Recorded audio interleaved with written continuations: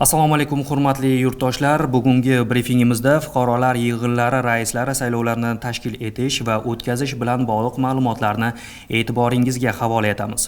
So'nggi yillarda mahalla institutining jamiyat hayotidagi rolini mustahkamlash, tizimni bosqichma-bosqich rivojlantirish, uning moliyaviy imkoniyatlarini yanada kengaytirish bo'yicha keng ko'lamli chora-tadbirlar amalga oshirilmoqda. Bu borada hurmatli prezidentimiz Shavkat Mirziyoyev tomonidan mahalla tizimining aniq mexanizmi belgilab berilgan. Mahallaga qo'shimcha kuch va imkoniyatlar taqdim etilyapti. Vakolat ham, mas'uliyat ham quyi tizimga tushirilmoqda. Natijada mahalla har bir oila, har bir inson muammosi, dardu tashvishlariga chuqur kirib bora oladigan xalqchil tuzilma sifatida yanada faollashdi. Mahalla raisi, hokim yordamchisi, yoshlar yetakchisi, xotin-qizlar faoli, profilaktika inspektori, ijtimoiy xodim va soliq inspektori mahalla yettiligini tashkil qilib, yagona jamoa sifatida ishlash tartibi joriy etildi. Bugungi kunda 9452 ta mahallada 57132 nafar mahalla yettiligi a'zolari faoliyat olib bormoqda. Albatta, o'z navbatida yettilik faoliyatini tizimli tashkil etish, samarali ishlashini ta'minlashda mahalla raisining o'rni alohida. Mahallalarimizda eng munosib, jonkuyar, fidoyi raislarning ishlashi albatta har birimizga bevosita bog'liq.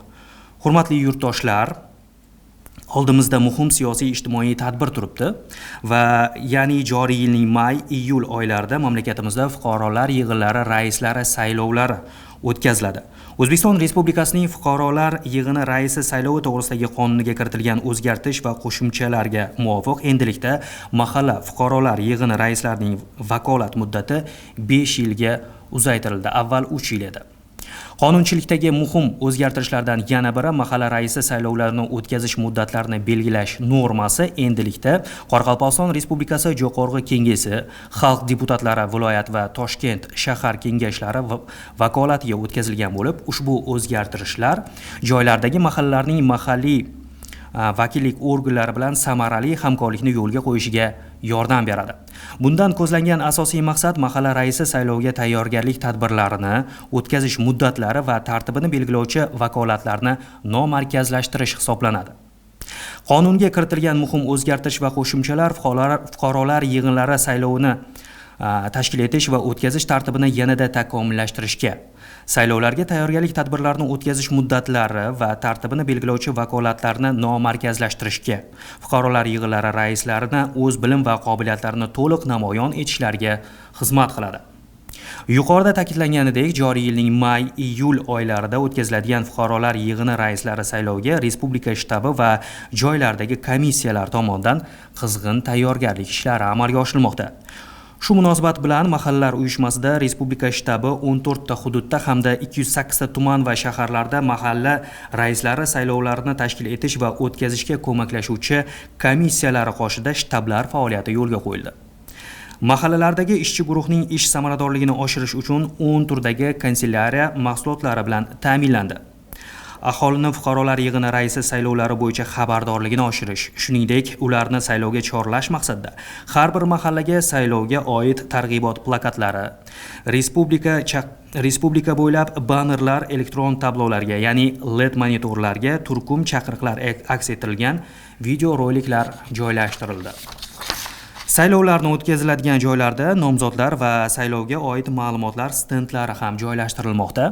14 ta hududda kengashlarning sessiyalari o'tkazilib, mahalla raislari saylovini tashkil etish va o'tkazishga ko'maklashuvchi Qoraqalpog'iston Respublikasi, viloyatlar va Toshkent shahar komissiyalari va chora-tadbirlar rejasi tasdiqlandi. 208 ta tuman kengashlari sessiyalari qarori bilan fuqarolar yig'inlari raislari saylovini tashkil etish va o'tkazishga ko'maklashuvchi tumanlar va shaharlar komissiyalari tasdiqlandi. Mahalla raisi saylovini tashkil etish va o'tkazish bo'yicha mahallalarda fuqarolar yig'inlari vakillar yig'ilishlari qarori bilan ishchi guruhlari tasdiqlandi. Shuningdek, ular faoliyatini samarali tashkil qilish bo'yicha mahalla raisi saylovini tashkil etish va o'tkazish bo'yicha uslubiy tavsiya, mahalla sayloviga oid 100 savolga 100 javob va mahalla raisi sayloviga oid normativ huquqiy hujjatlar to'plami, uslubiy qo'llanmalar, saylovni tashkil etish va o'tkazish bo'yicha ishchi guruhlari uchun eslatma ishlab chiqilib, hududlarga tarqatildi. May-iyul oylarida bo'lib o'tadigan saylovlarda ishchi guruhlar tomonidan 208 ta tuman shahar ko'maklashuvchi komissiyalarining qarori bilan mahallalarda vakillar miqdori belgilandi. Saylovda 2.591.823 nafar vakillar ishtirok etishi kutilmoqda. Fuqarolar yig'ini raisi saylovlarni tashkil etish va o'tkazish bilan bog'liq ma'lumotlarimiz hozircha shulardan iborat va so'zimiz yakunida hurmatli yurtdoshlarimizdan ushbu muhim ijtimoiy siyosiy tadbir, ya'ni mahalla fuqarolar yig'inlari raislari saylovda faol ishtirok etishlarini so'rab qolamiz. Xayr, salomat bo'ling.